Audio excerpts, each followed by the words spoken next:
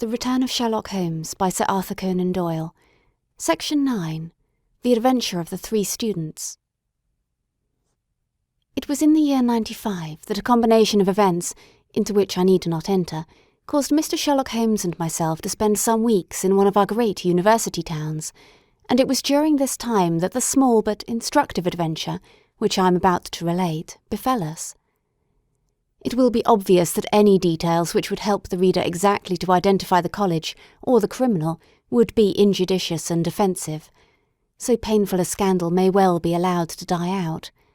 With due discretion, the incident itself may, however, be described, since it serves to illustrate some of those qualities for which my friend was remarkable. I will endeavour, in my statement, to avoid such terms as would serve to limit the events to any particular place, or give a clue as to the people concerned. We were residing at the time in furnished lodgings close to a library where Sherlock Holmes was pursuing some laborious researches in early English charters, researches which led to results so striking that they may be the subject of one of my future narratives. Here it was that one evening we received a visit from an acquaintance, Mr. Hilton Soames, tutor and lecturer at the College of St. Luke's. Mr. Soames was a tall, spare man, of a nervous and excitable temperament.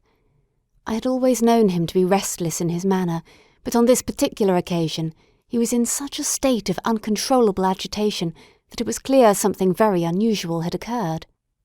"I trust, Mr. Holmes, that you can spare me a few hours of your valuable time. We've had a very painful incident at St. Luke's, and really, but for the happy chance of your being in town, I should have been at a loss what to do." "I am very busy just now, and I desire no distractions," my friend answered. "I should much prefer that you called in the aid of the police." No, my dear sir. Such a course is utterly impossible. When once the law is evoked, it cannot be stayed again. And this is just one of those cases where, for the credit of the college, it is most essential to avoid scandal. Your discretion is as well known as your powers, and you are the one man in the world who can help me. I beg you, Mr. Holmes, to do what you can." My friend's temper had not improved since he had been deprived of the congenial surroundings of Baker Street. Without his scrapbooks, his chemicals, and his homely untidiness, he was an uncomfortable man. He shrugged his shoulders in ungracious acquiescence, while our visitor in hurried words and with much excitable gesticulation poured forth his story. "I must explain to you, Mr. Holmes, that tomorrow is the first day of the examination for the Fortescue Scholarship. I am one of the examiners. My subject is Greek, and the first of the papers consists of a large passage of Greek translation which the candidate has not seen. This passage is printed on the examination paper, and it would naturally be an immense advantage if the candidate could prepare it in advance. For this reason, great care is taken to keep the paper secret. Today, about 3 o'clock, the proofs of this paper arrived from the printers. The exercise consists of half a chapter of Thucydides. I had read it over carefully, as the text must be absolutely correct. At 4:30 my task was not yet completed. I had, however, promised to take tea in a friend's room, so I left the proof upon my desk. I was absent rather more than an hour.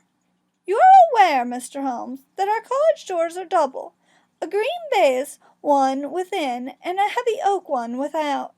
As I approached my outer door, I was amazed to see a key in it. For an instant I imagined I had left my own there, but on feeling in my pocket, I found that it was all right. The only duplicate which existed, so far as I knew, was that which belonged to my servant Bannister, a man who has looked after my room for 10 years, and whose honesty is absolutely above suspicion. I found that the key was indeed his, that he had entered my room to know if I wanted tea, and that he had very carelessly left the key in the door when he came out. His visit to my room must have been within a very few minutes of me leaving it. His forgetfulness about the key would have mattered little upon any other occasion, but on this day it produced the most deplorable consequences. The moment I looked at my table, I was aware that someone had rummaged among my papers. The proof was in 3 long slips. I had left them all together. Now I found that one of them was lying on the floor, one of them on the side table near the window, and the third was where I had left it. Holmes stirred for the first time. The first page on the floor, the second in the window, and the third where you left it, said he. Exactly, Mr. Holmes. You amaze me. How could you possibly know that? Pray continue your very interesting statement. For an instant, I imagined that Bannister must have taken the unpardonable liberty of examining my papers. He denied it, however, with the utmost earnestness, and I am convinced that he was speaking the truth. The alternative was that someone passing had observed the key in the door, had known that I was out, and had entered to look at the papers. A large sum of money is at stake, for the scholarship is a very valuable one, and an unscrupulous man might very well run a risk in order to gain an advantage over his fellows. Bannister was very much upset by the incident. He had nearly fainted when we found that the papers had undoubtedly been tampered with. I gave him a little brandy and left him collapsed in a chair while I made a most careful examination of the room. I soon saw that the intruder had left other traces of his presence besides the rumpled papers. On the table in the window were several shreds from a pencil which had been sharpened. A broken tip of lead was lying there also. Evidently, the rascal had copied the paper in a great hurry, had broken his pencil, and had been compelled to put a fresh point to it. Excellent, said Holmes, who was recovering his good humour as his attention became more engrossed by the case. Fortune has been your friend. This was not all. I have a new writing table with a fine surface of red leather. I am prepared to swear, and so is Bannister, that it was smooth and unstained. Now I found a clean cut in it about 3 inches long, not a mere scratch, but a positive cut. Not only this, but on the table I found a small ball of black dough or clay, with specks of something which looked like sawdust in it. I am convinced that these marks were left by the man who rifled the papers. There were no footmarks and no other evidence as to his identity. I was at my wit's end when suddenly the happy thought occurred to me that you were in the town, and I came straight round to put the matter into your hands. Do help me, Mr. Holmes. You see my dilemma. Either I must find the man, or else the examination must be postponed until fresh papers are prepared. And since this cannot be done without explanation, there will ensue a hideous scandal, which will throw a cloud not only on the college, but on the university. Above all, I desire to settle the matter quietly and discreetly. I shall be happy to look into it, and to give you such advice as I can, said Holmes, rising and putting on his overcoat. The case is not entirely devoid of interest. Has anyone visited you in your room after the papers came to you? Yes, young Walt Rass, an Indian student, who lives on the same stair, came in to ask me some particulars about the examination. For which he was entered? Yes. And the papers were on your table? To the best of my belief, they were rolled up. But might be recognized as proofs? Possibly. No one else in your room? No. Did anyone know that these proofs would be there? No one save the printer. Did this man Bannister know? No, certainly not. No one knew. Where is Bannister now? He was very ill, poor fellow. I left him collapsed in the chair. I was in such a hurry to come to you. You left your door open? I locked up the papers first. Then it amounts to this, Mr. Soames, that unless the Indian student recognized the rolls as being proofs, the man who tampered with them came upon them accidentally, without knowing that they were there. So it seems to me. Holmes gave an enigmatic smile. Well, said he, let us go round. Not one of your cases, Watson. Mental, not physical. All right, come if you want to. Now, Mr. Soames, at your disposal. The sitting room of our client opened by a long, low, latticed window onto the ancient lichen-tinted court of the old college. A Gothic arched door led to a worn stone staircase. On the ground floor was the tutor's room, Above were 3 students, 1 on each story. It was already twilight when we reached the scene of our problem. Holmes halted and looked earnestly at the window. Then he approached it, and standing on tiptoe with his neck craned, he looked into the room. "He must have entered through the door. There is no opening except the one pane," said our learned guide.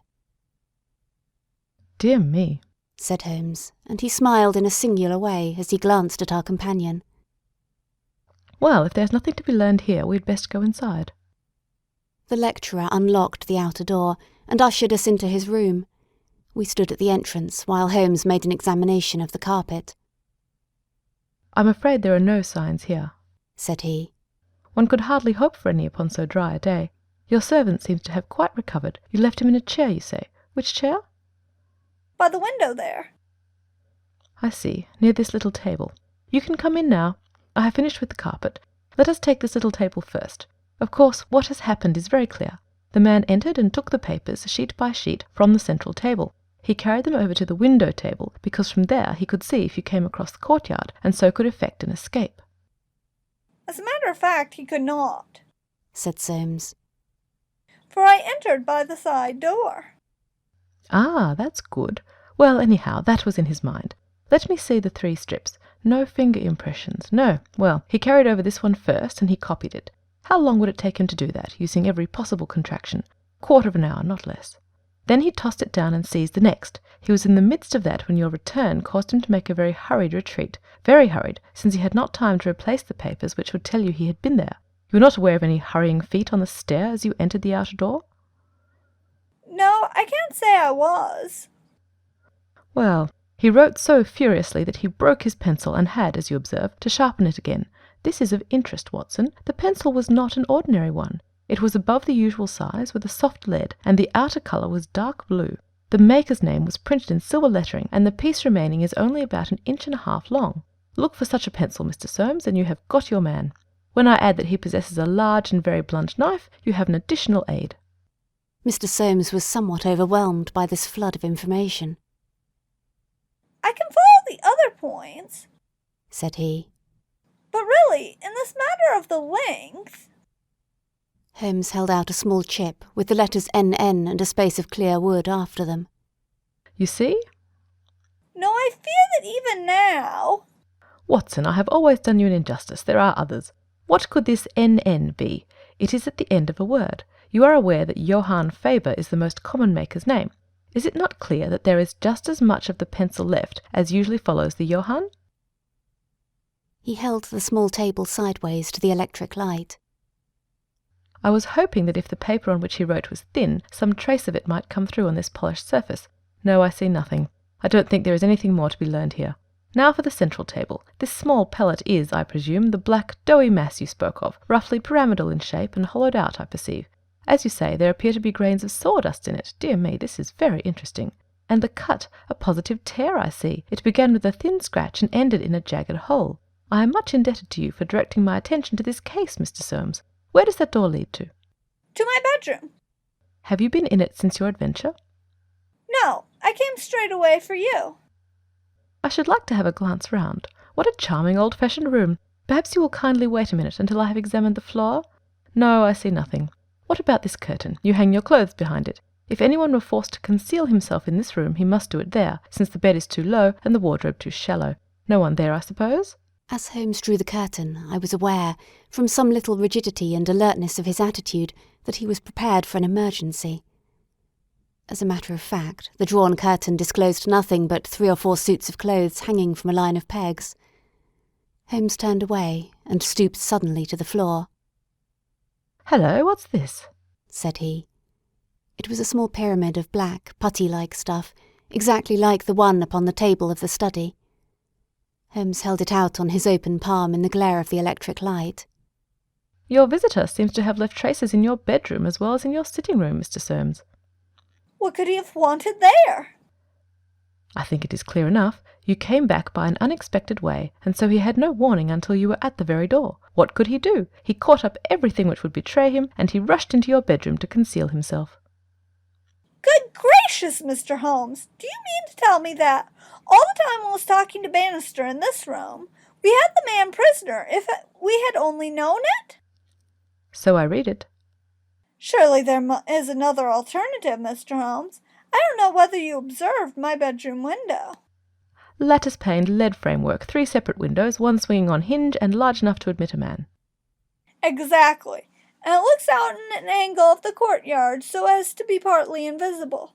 The man might have effected his entrance there, left traces as he passed through the bedroom, and finally, finding the door open, have escaped that way. Holmes shook his head impatiently. Let us be practical, said he. I understand you to say there are 3 students who use this stair and are in the habit of passing your door? Yes, there are. And they are all in for this examination? Yes. Have you any reason to suspect any one of them more than the others? Soames hesitated. It is a very delicate question, said he. One hardly likes to throw suspicion where there are no proofs. Let us hear the suspicions. I will look after the proofs. I will tell you then, in a few words, the character of the 3 men who inhabit these rooms. The lower of the 3 is Gilchrist, a fine scholar and athlete, plays in the rugby team and the cricket team for the college, and got his blue for the hurdles and the long jump. He is a fine, manly fellow. His father was a notorious Sir Jabez Gilchrist, who ruined himself on the turf. My scholar has been left very poor, but he is hard-working and industrious. He will do well. The second floor is inhabited by Dwalt Ras, the Indian. He is a quiet, inscrutable fellow, as most of these Indians are. He is well up in his work, though his Greek is his weak subject. He is steady and methodical. The top floor belongs to Miles McLaurin. He is a brilliant fellow when he chooses to work, one of the brightest intellects of the university. But he is wayward, dissipated, and unprincipled. He was nearly expelled over a card scandal in his first year. He's been idling all term, and he must look forward with dread to the examination. Then it is he whom you suspect? I dare not go so far as that, but of the 3, he is perhaps the least unlikely. Exactly. Now, Mr. Soames, let us have a look at your servant, Bannister. He was a little, white-faced, clean-shaven, grizzly-haired fellow of 50. He was still suffering from this sudden disturbance of the quiet routine of his life. His plump face was twitching with his nervousness, and his fingers could not keep still. We are investigating this unhappy business, Bannister, said his master. Yes, sir. I understand, said Holmes, that you left your key in the door. Yes, sir. Was it not very extraordinary that you should do this on the very day when there were these papers inside? It was most unfortunate, sir, but I have occasionally done the same thing at other times. When did you enter the room? It was about 4:30. That is Mr. Soames' tea time. How long did you stay? When I saw that he was absent, I withdrew at once. Did you look at these papers on the table? No, sir, certainly not. How came you to leave the key in the door? I had the tea tray in my hand. I thought I would come back for the key, then forgot. Has the outer door a spring lock? No, sir. Then it was open all the time? Yes, sir. Anyone in the room could get out? Yes, sir. When Mr. Soames returned and called for you, you were very much disturbed. Yes, sir. Such a thing has never happened during the many years that I have been here. I nearly fainted, sir. So I understand. Where were you when you began to feel bad? Where was I, sir? Why, here, near the door. That is singular, because you sat down in that chair over yonder near the corner. Why did you pass these other chairs? I don't know, sir. It didn't matter to me where I sat. I really don't think he knew much about it, Mr. Holmes. He was looking very bad, quite ghastly. You stayed here when your master left? Only for a minute or so. Then I locked the door and went to my room. Whom do you suspect? Oh, I would not venture to say, sir. I don't believe there is any gentleman in this university who is capable of profiting by such an action. No, sir, I'll not believe it. Thank you, that will do, said Holmes. Oh, one more word. You have not mentioned to any of the 3 gentlemen whom you attend that anything is amiss? No, sir, not a word. You haven't seen any of them? No, sir. Very good. Now, Mr. Soames, we will take a walk in the quadrangle, if you please. 3 yellow squares of light shone above us in the gathering gloom. Your 3 birds are all in their nests, said Holmes, looking up. Hello, what's that? One of them seems restless enough. It was the Indian, whose dark silhouette appeared suddenly upon his blind. He was pacing swiftly up and down his room. I should like to have a peep at each of them, said Holmes. Is it possible? No difficulty in the world, Soames answered. This set of rooms is quite the oldest in the college, and it is not unusual for visitors to go over them. Come along, and I will personally conduct you.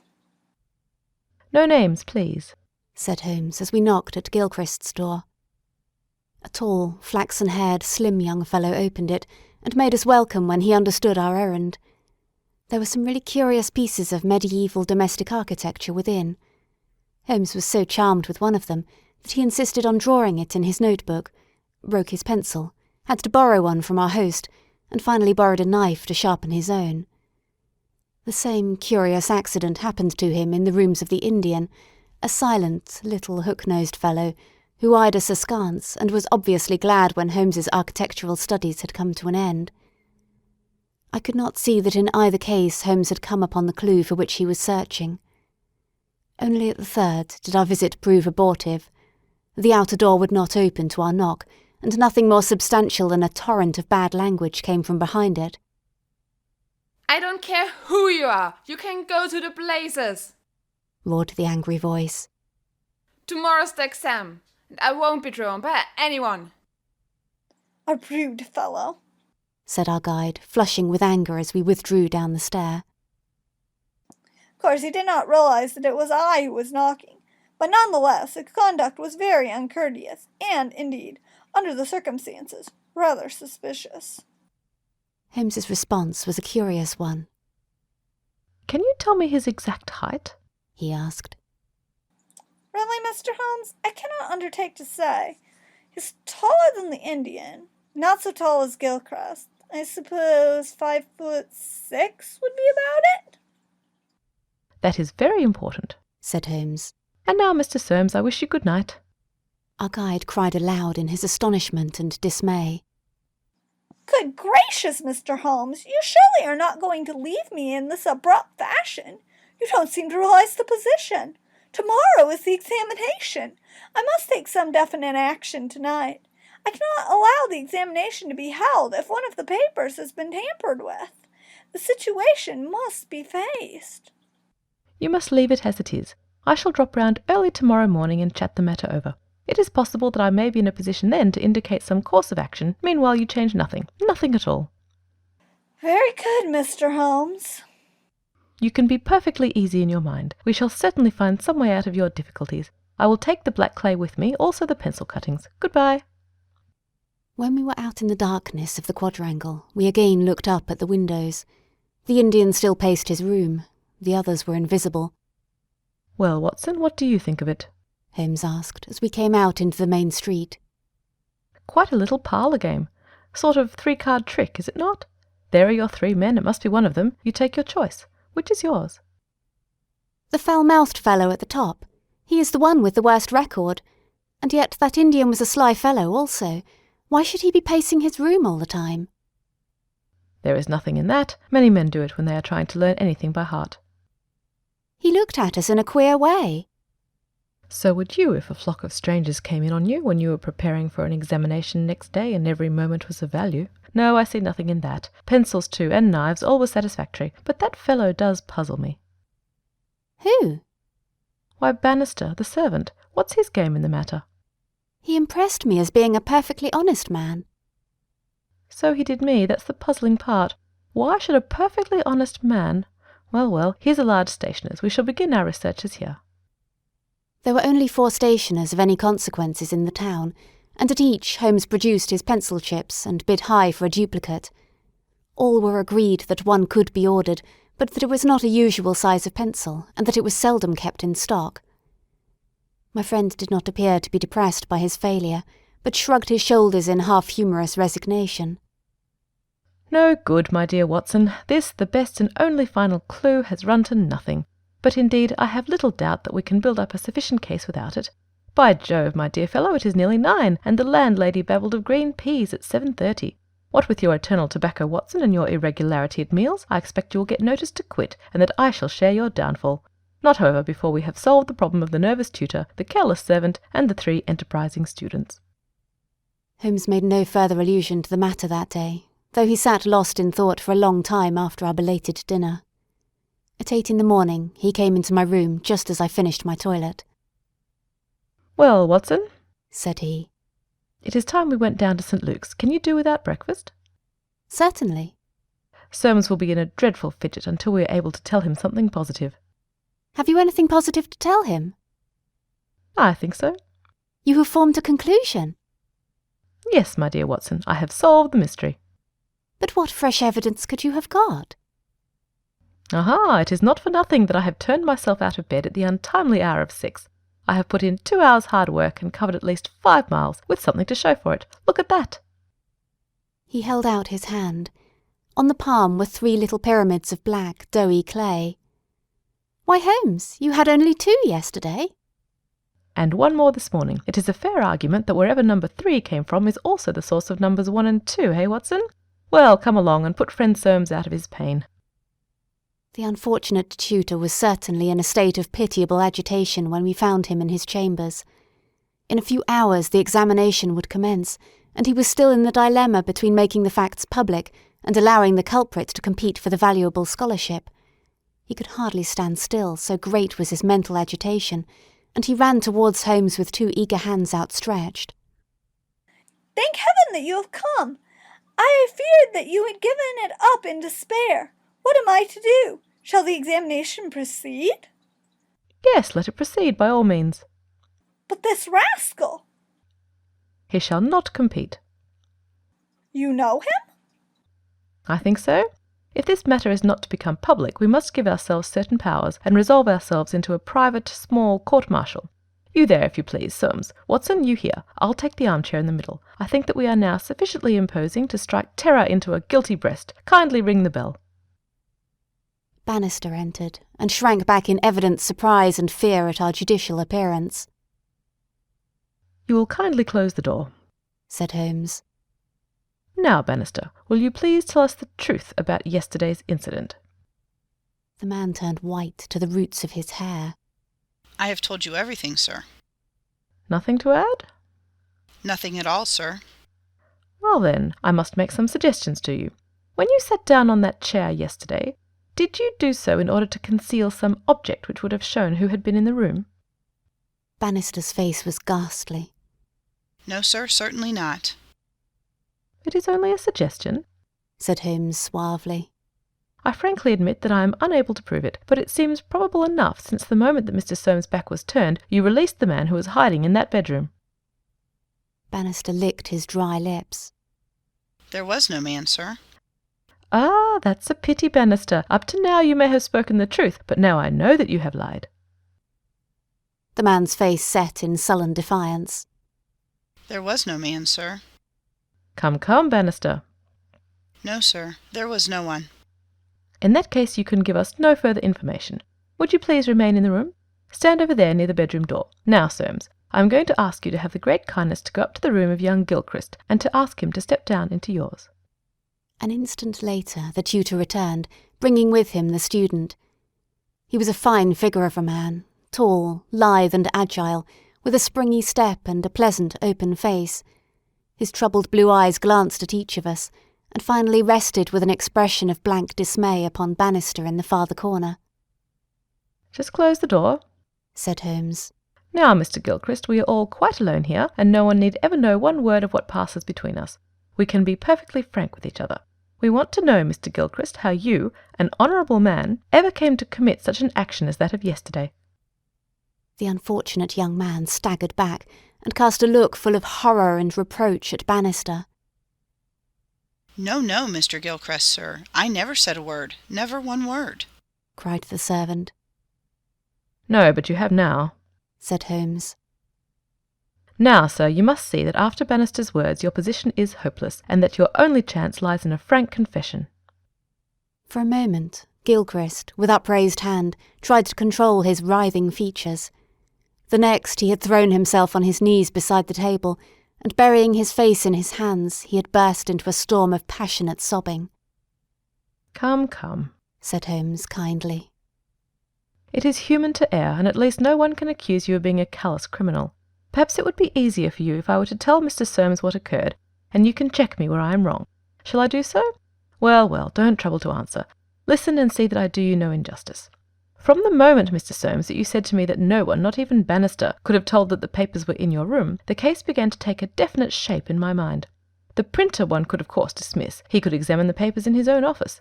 The Indian I also thought nothing of. If the proofs were in a roll, he could not possibly know what they were. On the other hand, it seemed an unthinkable coincidence that a man should dare to enter the room and by that chance on the very day the papers were on the table. I dismissed that. The man who entered knew that the papers were there. How did he know? When I approached your room, I examined the window. You amused me by supposing that I was contemplating the possibility of someone having, in broad daylight, under the eyes of all these opposite rooms, forced himself through it. Such an idea was absurd.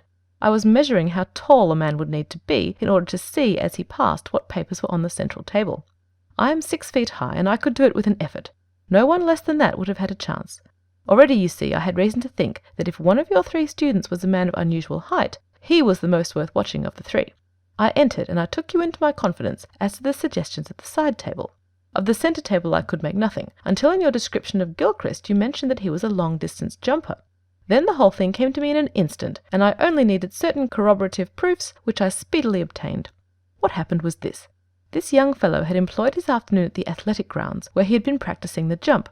He returned, carrying his jumping shoes, which are provided, as you are aware, with several sharp spikes. As he passed your window, he saw, by means of his great height, these proofs upon your table, and conjectured what they were. No harm would have been done had it not been that as he passed your door, he perceived the key which had been left by the carelessness of your servant. A sudden impulse came over him to enter and see if they were indeed the proofs. It was not a dangerous exploit, for he could always pretend that he had simply looked in to ask a question. Well, when he saw that they were indeed the proofs, it was then that he yielded to temptation. He put his shoes on the table. What was it that you put on the chair near the window? "Gloves," said the young man. Holmes looked triumphantly at Bannister. He put his gloves on the chair, and he took the proofs, sheet by sheet, to copy them. He thought the tutor must return by the main gate, and that he would see him. As we know, he came back by the side gate. Suddenly he heard him at the very door. There was no possible escape. He forgot his gloves, but he caught up his shoes and darted into the bedroom. You observe that the scratch on that table is slight at one side, but deepens in the direction of the bedroom door. That in itself is enough to show us that the shoe had been drawn in that direction, and that the culprit had taken refuge there. The earth round the spike had been left on the table, and a second sample was loosened and fell in the bedroom. I may add that I walked out to the athletic grounds this morning, saw that tenacious black clay is used in the jumping pit, and carried away a specimen of it, together with some of the fine tan or sawdust which is strewn over it to prevent the athlete from slipping. Have I told the truth, Mr. Gilchrist?" The student had drawn himself erect. "Yes, sir, it is true," said he. Good heavens! Have you nothing to add? Cried Soames. "Yes, sir, I have. But the shock of this disgraceful exposure has bewildered me. I have a letter here, Mr. Soames, which I wrote to you early this morning, in the middle of a restless night. It was before I knew my sin had found me out. Here it is, sir. You will see that I have said I have determined not to go in for the examination. I have been offered a commission in the Rhodesian police, and I am going out to South Africa at once." I am indeed pleased to hear that you did not intend to profit by your unfair advantage, said Soames. But why did you change your purpose? Gilchrist pointed to Bannister. "There is the man who set me in the right path," said he. "Come now, Bannister," said Holmes. "it will be clear to you from what I have said that only you could have let this young man out, since you were left in the room, and must have locked the door when you went out. As to his escaping by that window, it was incredible. Can you not clear up the last point in this mystery, and tell us the reasons for your action?" "It was simple enough, sir, if you had only known, but with all your cleverness it was impossible that you could know. Time was, sir, when I was butler to old Sir Jabez Gilchrist, this young gentleman's father. When he was ruined, I came to the college as a servant, but I never forgot my old employer because he was down in the world. I watched his son all I could for the sake of the old days. Well, sir, when I came into this room yesterday when the alarm was given, the very first thing I saw was Mr. Gilchrist's tan gloves a-lying in the chair. I knew those gloves well, and I understood their message. If Mr. Soames saw them, the game was up. I flopped down into that chair, and nothing would budge me until Mr. Soames went for you. Then out came my poor young master, whom I had dandled on my knee, and confessed it all to me. Wasn't it natural, sir, that I should save him, and wasn't it natural also that I should try to speak to him, as his dead father would have done, and make him understand that he could not profit by such a deed? Could you blame me, sir?" "No, indeed," said Holmes heartily, springing to his feet. "Well, Soames, I think we have cleared your little problem up, and our breakfast awaits us at home. Come, Watson, as to you, sir, I trust that a bright future awaits you in Rhodesia. For once you have fallen low. Let us see in the future how high you can rise." End of section 9.